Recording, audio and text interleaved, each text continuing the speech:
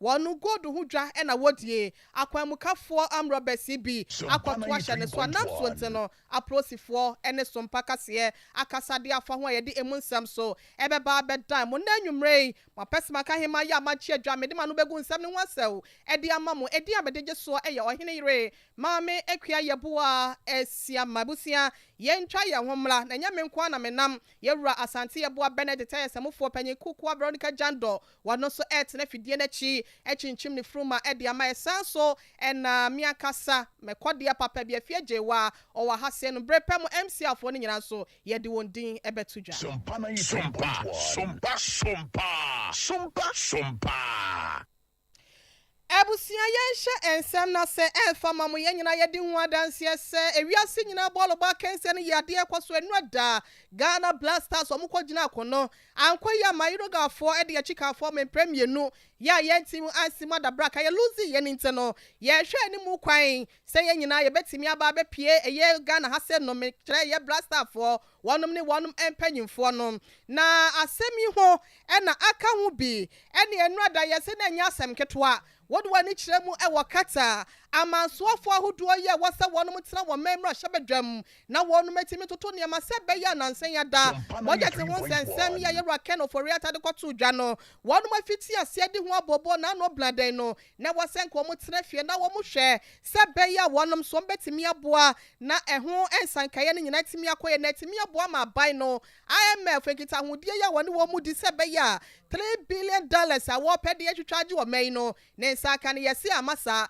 wonom nyina do mani akire mo kata ya woko Facebook sesia Sompa TV ene eya Sompa 3.1 a ene napo one esra opoko esra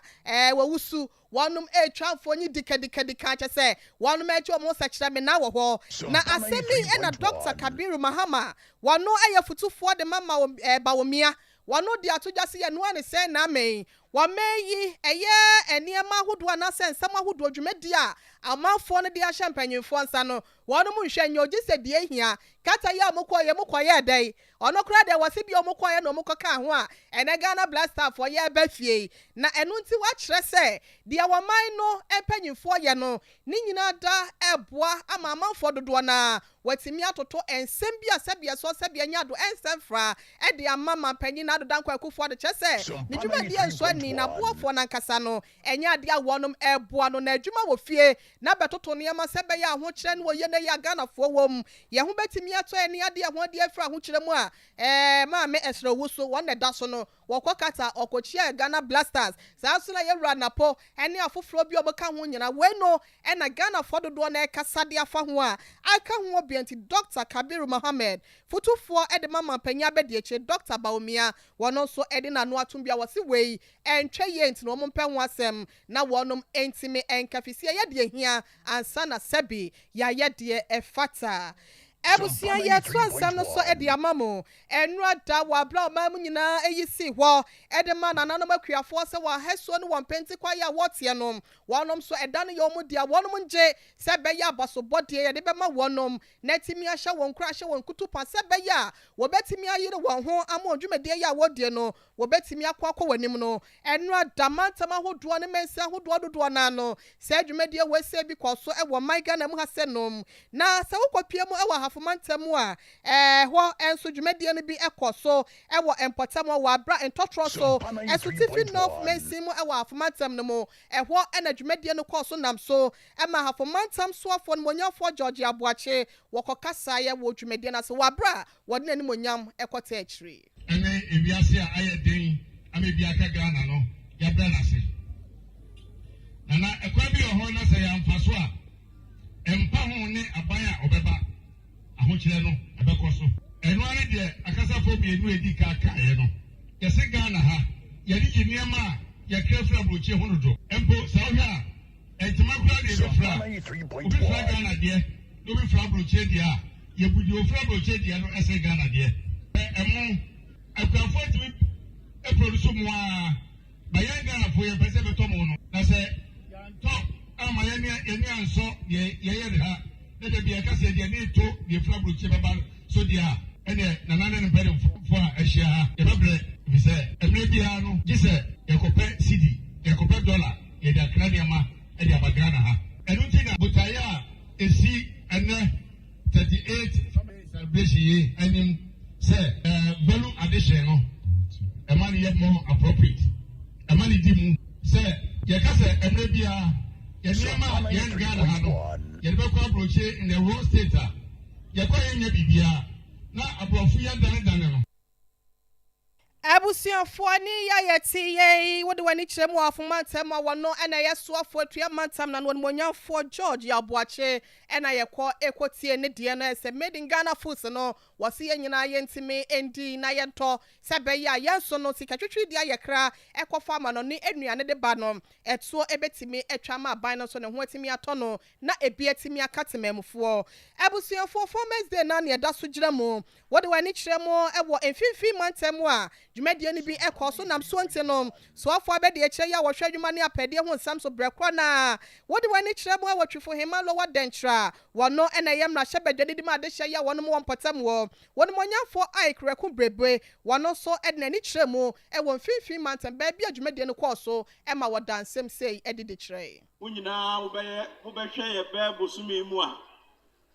Ghana ye de ne yemfansie Ghana ye de pa titiriu medwumafo ti da bia obehu a ne yesre ne epa wonkyɛw sɛ bibia ni hɔ a ɛba ɛbɛtena bibia ba na etwam afie wei ya to Ghana no ɔmampani kasa ɔno akan sɛ emu ayɛdene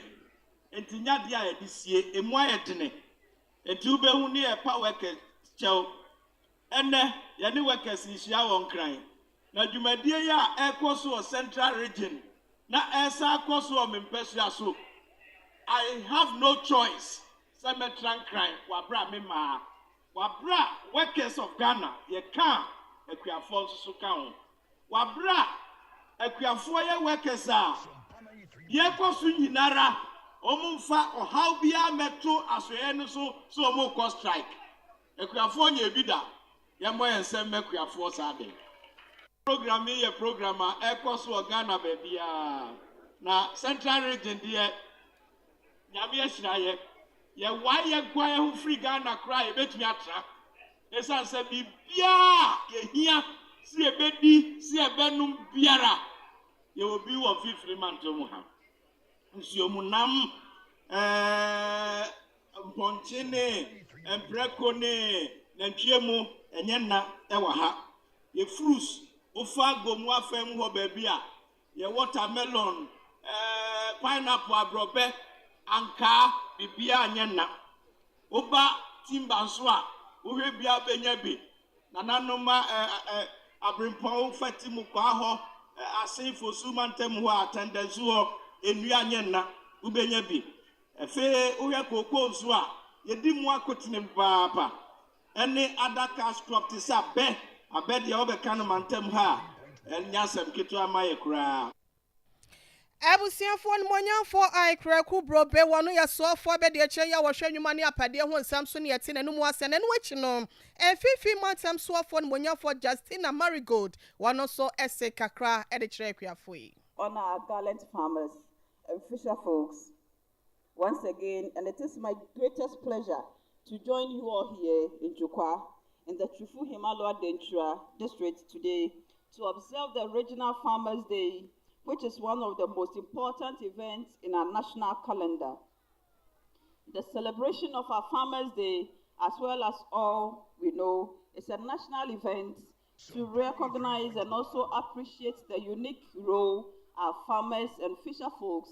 play to contribute to the socio-economic development of our people and in the country in general. I wish to use this opportunity to say a big thank you and ayuko to our gallant farmers and fisher folks for their hard work and commitment in standing with us always, even during this very difficult global economic downturn which has affected all countries. I was so happy when the Deputy Minister said that farmers do not go on strike. Ekwafo yambon semahwan. Papa nyakopon onhyirahwan. Osana wasi ekwafa nkwa. Ekwafa nkwa. Apufa nkwa. Nyankopɔn ɔnhyira hɔn ɔma wɔn nsa ano dwuma ɔnyɛ yie ɔma nhyira no ɔmbudo na wɔ kotokum so ɔnyɛ ma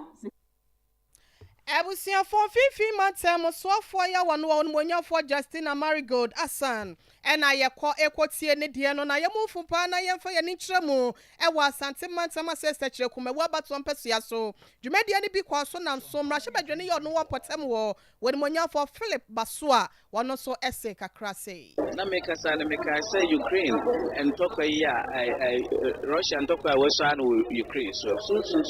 no affect no ma bebre enya fertilizer e dey free all and no ma be a cake so and I'm say and tokwana buy no ama affect importation of it and fertilizer no no dey cake ka ye nya do to say na say ye nya no na affect sikasem no ma bebre but ni nyina chi no o ha nyina chi no akuafo ene hwenuane o mo produce o ha no mo e kire say kua no sebe akwa say yekutemu nyade a yeje mu ne anasa obochina enti mefa sa akwanya iso ama wo mo yiko ne adwumaden wo mo aye de boaga ma no na yada won ase kese so wasoga na mu amia edrum pepe so a yedwe ti yeda enua no makuafo e ma ame no makuafo e papa no makuafo da wo nyina ase ku adwuma ne nyina no ana atete yen o no ana de yedru be dia yedru sesi a ewe ya brabo mu a futu amede ma won se wo mo nkoso a enye ne a wo mo eye no wo mo ma wo mo abamu emu abai kuso a yen hyehyeye wo hwe normal storage yi a warehouse a abai asisisi a yade a abai wo ne papa opese wo de buo kuafo na anya kakra no wo mo no ma no mo nya baabi am ya store yes wo mo na best store abai best store ya wo mo best store no mo timi aton abai betimi aton ama wo mo nya friends sika e wadwumade a wo mo eye Ebusia de wajina mu womra hyebadwam etoto ne yamade amade hye won mo sekyekume wa baton pesua so asante mantam asenom won monyafo Philip Basua wono nso ne nsem ene ekotie ye no na yeda so wampo anu de yesa anwemu ane yeda so wo ahafo anu north eye kropon mo nso no eye farmers day die ye bi etimi kwaso nam so nte no nad mo panyi pa ya wotua no wo ho na naje my prepra wono so ede ensem tudwa efa mode mo ya aban no ebo sebe ya akua ya ho nsem ebetimi asori agane na so abrane kwenjuma de ya ade pa na eguso ye aban ya wo si enyuma pa bebre aban hyase a wo ye ede boa se de be ya o man bekwa edimu okoso ye na yinim yare a ebaye yinim Ukraine edema entokwa de nema ebaye a akofa ensem bebre aba na ma wiase nyina ehaw bebre aba na ehaw na aba no ede ahokyere bebre na aba wiase sebe mo mpa ebo ne madaromati emu bi etukwan ba Russia ne Ukraine entokwa isi ne bekoko bebre bia ndum edema ne fiwa ne bo wiase enne sade me akwaba yale baye enche bia me kwa America ne ma yonku bi yekoto plano ewo shop yekọ ene yeto enum 5 mka cheze betimi atomino this is 2 days time ni abeto mensa America wo ewiase nyina world superpowers so ahonkyere no ebiaka wo bia obia no ofo aso se ahonkyere aba eye enya ade papa emma nipa ho nto ne yi nso ya ade a akwaba nemmom kana ade aboye ne se sesi ayeti aduane enye ye problem ahonkyere wo ho nso aduane enye ye problem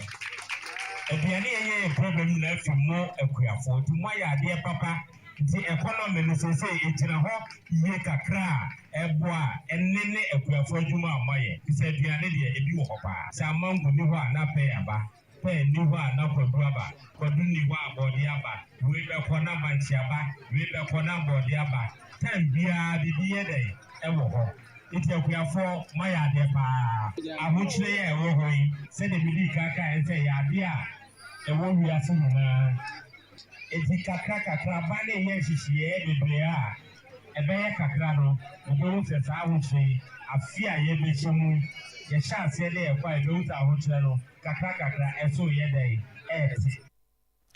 National Disaster Management Organization penyi kwankyerɛfoɔ yɛ ɔmamu no nyinaa wɔtua no Nana Jama Prempeh ɛna ahafoɔ no nɔf ɛyɛ kuropɔn no mu nso no ɛdadeɛ no ɛyɛ akuafoɔ nyinaa dadeɛ no ɛkɔɔ so wɔ hɔ no wɔn nso tiatia ne n'akyi de kɔduru hɔ a ɛnam so wɔde nsɛm wesei ɛto dwa yɛnto nsɛm no so na yɛmfa yɛn nkyerɛ mu ɛwɔ Western North Matam no emu na ɛhɔ nso so ɛna dwumadie no bi kɔɔ so no District Chief Executive yɛ ɔno ɛwɔ Bia East onimonyamfoɔ Nicholas Yayen wɔn nso ɛna ani kyerɛ mu ɛwɔ dwumadie no ase wɔabra na ɛkɔ so nam so nti no wɔde nsɛm dodoɔ no ato dwa ɛma wɔkasa de fa wɔnom akwan a ɛnɛ contractorfoɔ afiri so a wɔkyerɛ sɛ nkyɛkora no wɔnom ɛbɛsa aba adwuma for construction under the Ministry of Food and Agriculture Structural Development Program. Other road projects ongoing in the district include the B2 to Adabokrom Road, Adabokrom Kase Kwasare Road, Ahimakrom to Inkwantakase Road, and others.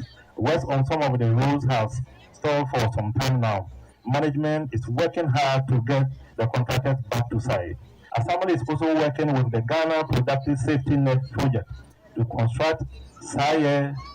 to Naman Cancer Road to improve movement of agricultural and other products in the area and other parts of the district. Though a public-private partnership arrangement, the Assembly has packaged the construction of 60 lockable stores at Camp 15 Junction in organic fertilizer supply chain. This has resulted in sharp increases in prices, making it difficult for farmers to access the commodity and thus threatening food security. To this end, government is intensifying efforts to promote the local production and use of organic fertilizer by the establishment and the expansion of local organic fertilizer production plants with support from the Exim Bank. Onimonyamfoɔ Nicholas Yayen wɔno ɛyɛ aban krakye panyin ya wode wani kyerɛ mu wɔ Bia East mpatam hɔ a wɔno ɛna esi aban anan mu na wɔde nsɛm wesɛ ato dwa na no akyi akuafoɔ ya wɔbɔ homɔden no wɔnom so nya abasobɔdeɛ no wɔse kakra ɛde kyerɛ mpanyinfoɔ na ase kwan so ɛyɛ me de ba sɛ na yɛbɔ akuafoɔ ba so na yɛde me aka ho me abranteɛ ba akuadwuma yɛ business woyɛ adwuma no yɛ a wodua bɔde amɔde sie pu awutene nya na ba no me de saa hwɛ ba wɔwe nursing training kura nti ɛyɛ me de sɛ maburu so abana kaya ama ɛhyɛ kuadwuma nti metu nua no fo sɛ yɛn nyinaa yɛmfa ho nhyɛ kuadwuma no yɛnya garancy no ba ha no mani ade wɔbotae a me bae no aboa me na de me behu no yɛ no mani ade panti me hyɛ kuadwuma ɛyɛ adwuma fiti dam adam preso wɔbɔ to edi trom na kuadwuma no wɔde ahyɛ ne sa nti yɛn nananom yɛ wɔka no ba ada so bɛ ho abɛyɛ yɛso wɔgya wɔn hɔ kɔ na bɛtɛ mu kyɛ sɛ yɛso yɛtoa so ne yɛyɛ sɛ bɛyɛ ɛmɛkua yɛn edi mu wɔ manim bibi wohwɛ wiase nyinaa ade kita ɔman bia yɛ kua because bia ni wɔ man ne nkɔ so tutumi yɛ kua adwuma na ɛmo ma nyɛ sɛ wakɔsu akɔtena office a wɔbɔtae ne sɛ wɔyɛ adwuma kua adwuma yɛ adwuma kɛse paa wɔ wiase afa na nyinaa Enrada achiase ye no ewo Bia East Mpatam ho Western North Matam ni mu ena eye akuafo de de kɔ so nam so nti no wo munya abasobode no wonom so de ensem yi atudwa abusuafo wasoguso a wuti anwumre no nsia brem kase ebo wo Sompa 93.12 Kumasi afa Sompa 98.9 sunyane wuti yenka enso e de free wo Facebook eye Sompa 93.1 access Sompa TV Ghana brekwa na YouTube adamu live eye Sompa TV yanto ensem no so enfama apomde hu nsɛm ɛyɛ ade a yɛde hiade de modasane bia fisɛ wɔn man ne betu mpɔn ama aban na nya sika na gyina ɔmanfoɔ so ahoɔden yɛ wɔsɛ wɔnya ɛwɔ apomde kwaso timi de ayɛ adwuma yɛnya to wɔ ma wɔn matimi agyegye de abɔ mpuntudwuma na ɛno ɛna aka ho binti no Obriyabo Foundation wɔnom ne Prime Diagnosis and Eye Care wɔnom so aka wɔnom ho abom ya ɛni ya de hwehwɛmu kwa wɔnom atimi ayɛ ɛde ama adehye ya wɔnom so ɛwɔ ahase no mefanyal wahodo bi nso a ɛno so ɛka nipadua ne nyina no ɛne sɛ wɔboa sɛ bɛyɛ asanyal wɔ ne nyina no wɔbɛtimi ɛtu aseɛ na panyin kwankyerɛfoɔ ya Obriyabo Foundation wɔtua no ɛyɛ Yera Steven Obriyabo a wɔde nsɛm kakra ɛtu dwa ɛfa adwumadie yi ho Mini microphone kakra ya ante so mo yare de ti an so na ni ti na ne ya aso ni yam ne ye de ne hospital eno nipa na ma bi so nti no ye ne se December Obri Foundation ye be organize bibia ma ye nkrofo a at least ye organize bibi ebehwe o mapomudin mu nti say ne ebehwe yene prime diagnostic and eye care be bom na yahwe amanfo yare nti yehwe bibi te say hypertension, blood pressure,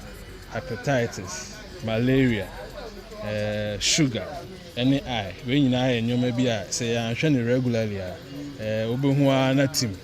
Nso na bia ya nti so yare. Nyina ewu a esisi nyina nam saa nyuma we so nti. Ehu ne say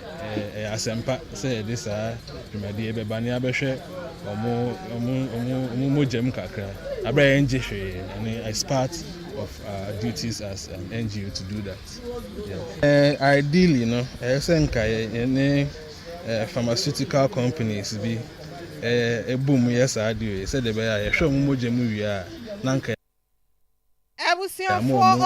For free. Penny Quantra for ya one no air coffee by your Rasteven Obria Bois and I equoty and enwichi Madame Emanuela Denta Esibo one no also Edin Juma Medical Diagnosis Prime Eye Care Hospital yeah no ewa bomb so one also edikakra ethetri and na new Obri Foundation outreach ayabeya was santas and aboa bebre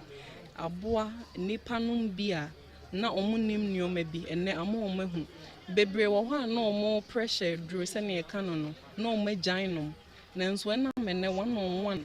na adagye nso wom ti otumi ne omo di nkomo yie ya ma omahu nioma bi no enne bebre na ekwa akofa omo adura sa hyase anom bio omo nso asikyire yare bebre na ekọ asakofa omo asikyire yare aduro na anom because na ye omo say menam bibi anya me di enti na me nkoso na de bia me no maduro na aboa wo mo na afi nso bebre na sikanti na omo ntumi nkoye no Obri Foundation ade a waye ni free ama wo mo no bebre na tumi aba beye free wa hwese nioma bi ohokra ebi mo se ye ka ho no waye se obehwe ai twia mo maye sanioma nyina enti from Obri Foundation side na ohun watwia aboa ama bebre na atumi abaye na omo nso omo baaye no nso no omo nso mu bebre na hu nioma bi na omo nim fa omo nipadua na ho ene die enti omo nya nioma bi ewo se omo ye me metu ufo se woka se wuni adagye a ana sikani ho ana bibi santi onko abrane no enko nkocheke wapomuden a ada ha obeba no ana ada hospital sem bebem no yebeje wato wa na obeyare kese no sa wada agye ana woka se wode kotena wo store wode kodwom ni ade ni nyina no enye obi mpo na duru ho obeka akiro na so that time no na enya hoodin mu na ye bia yawo Bambo atrema eyesina yare sabokiti menu ti Madame Emanuela wono na so obi enya daje se be ya pomde hwehwemu abrano betimi akwan na bibi wo mu a wonom etimi asa ede amamo ebusia yankwa homa ne so na sede esi ede to monim ni sa wode wani chemu apo ye mantamu a akwan mukafo amro besibi wakoto hye obi a wono edi godu hu dwadie na yankwa homa no so ye ne amane boni kwabranya komonkomo na wonkyere asem ni mu pote emfanche kwabla wote yanka ye moadwo Amenjo sumini ba kwabla wadi abone to fande ma ya asem ni sen na sitie sen na akwa kodro me no ka say epoye emantem police adom no aba bonten de kra atententi aba betu edwa na ensema mpanyifo eka ni nyina no ene se eyade a akomukafo eye amrobes omatimi akoto e de ahye eye me no eka say no obi a ono no edili in gold just ono eye gold hu edwadie omakoto ahye ne so amasa bra me no eka say no omo agye ne hu sika ani gold dudo pi na atimi e de adwane na sa asem we no esiye ewo eye etiwa west mensi no emu ekuro bi afro se Abraham no ewo epoye emantem hanomo na imperial springfo etirima akonfriwanfo no enye se bia gold dealer no nkoa na omobo modern agye ne sika sanso gye ne gold e de ekoye na emum no oba bi enso otu eka omapuma bonitu etime kuno ama na fiata so sa we eso ewo ye sa krono bone omokoboye wo ye Abraham krodua no emu enu nti ensema police adom no aba bontira betu dwa tintini tetewa nyina no ene se omo hye adehye wo Abraham eni mpuno eye mpotamo nyina ebo ese empanyifo adinem egu apono so ahwe ede aboa se ebe ya sa nipa bone fo we no ye betimi eso omo peti empanyifo akiri masabra me kata ni de asem ni siye no adehye ne mpafo wo mpotamo nyina no etimi akom homere so pa oma bebre na eni police fo etimi dinkita ho a ɔmo boa police force na be police force so ebetime hu sɛ nipa bɔnefo wi no matimi dɔ ma fra mra no ano ɛwɔ ɛyɛ epoye ɛmantam ano mo na me nua me sɛ me de ɛbɔ baako bekum no ma mienu ne ti a wakakra ne sɛ wobepie mu ɛwɔ kuro ɛfɛ ne sɛ ɔkorase ɛno wɔ akuapem no of mansi no mabenkofo dua ha paa na ɛhɔ nso na wɔsɛm a efi wɔ ba ne sɛ abrantie bia wanya mfinhyia aduonu emienu edi de frɛ no ɛyɛ Alex Tenge Abraham no ka se wa hwenyankopon anim atimi aku ne nana ebema ani mpo no eye ne maame one no eti kyese ne papa ekunu wo ne papa eyere a wakɔware no a ne step mother no so watimi akoma fiatas fo asase we so ya a se mu akodi police fo ensem awokofo di hanom na ensem mu ni nyina no ene se abrante fe ne se eye Alex Tenga wodi se nya basem no ono akasa agye atum esti mu se okodi eye wi tofe no ebi wi tofe no okodi ebi na nadafo bi ene ma no eka hweye na oka hweye no eno ene ma no gina so a okodi se nya basem we a me no eka sei eno so kwaya rohosam kese pa e wo kurase importem na nyina mu no a police for HMI some of that to edwa no tabi omo de to isane ani esa so do mo suko ahwehwe mu atime hu adeko potia ta akira abrante we edi nya basem me no kese ni nana ebema ene eye ne step mother no so watime kom ya e wo kurase eno wo epoye emantam ye ne gu students am de chine be pie bia fim no ye ma sompa tifo aso ensi e wo ho Yada sesa wode bo baako atimi akoma no ma mienu yamane boni ya wotonkra edi frepo ye mantam de ma ye kwabna nyako ena ye kɔ ekotie na mane bona busuafo ye se akwan no ware sade krampo na awie ewo aboboa no baakofo nso entna dodo akonwa so enchenti no hene yire maame akua ye boa esia ma na nwumre kase bo ya de beso ma wa Sompa 93.1 brekro na sunyane Sompa 98.9 no ye de ni nyina esi hase no maseda sonko ena ye de ema Yewura Sante Yeboa Benedict Samufo panyin no kukuwa Veronica Jando wono so ene tena fidie na chichinchim ne frum adema ye fie de wakode enso beta ye chima ya nkase ye nua be ma Libia Boga ya boa ma wono so ebo joint den news crew ya mo wo Sompa 98.9 ekwenya kwa bro no mo chia mini mosie ene Rex mu nyina so ye da mu nyina mo ase ye kwa MC a honso so a Christian ene Iman so ene de ye fa abefo kwantimpo fidie so a Facebook ene YouTube wote ye hwe na wutimi etie ye ede efa ho yeda mu nyina mu ase na ye sorry de ne me manti dwumedie no Esansa Argentina wonom ne Australia match no eba so nti no enya ade a ebetimi abaso enu nti no agokansie mo eye mpanyimfo na budia bene ne mrantie Messiah mo ene eye boadum nyina no ebetena se na wonom ede commentary mu ode mu hwam ede amama ne who is who why ena etia ne yonkwa ya se wo fom ho na ansa na ye besore no encha kese efri nana yaw oni school fees ya wonom wo Sompa MC aho ese ye fan kwama ye ramenu ya wo God and Son shop wo Swami Mazi Hasen zone 2 ena mo wo omo se yen kan kira mo se